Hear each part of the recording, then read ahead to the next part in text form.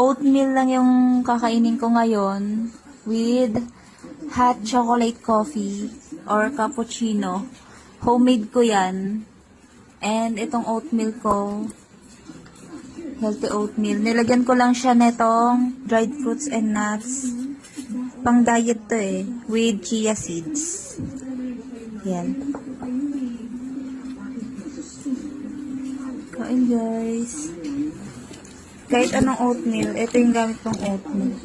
I replace rice with oatmeals kasi mas healthy to. Tapos, mas matagal kang busog kaysa sa rice.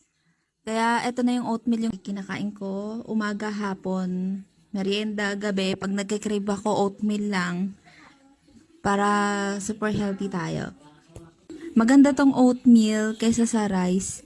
Nagbabawas na rin tayo ng unhealthy fats and less sugar na tayo sa pagkain.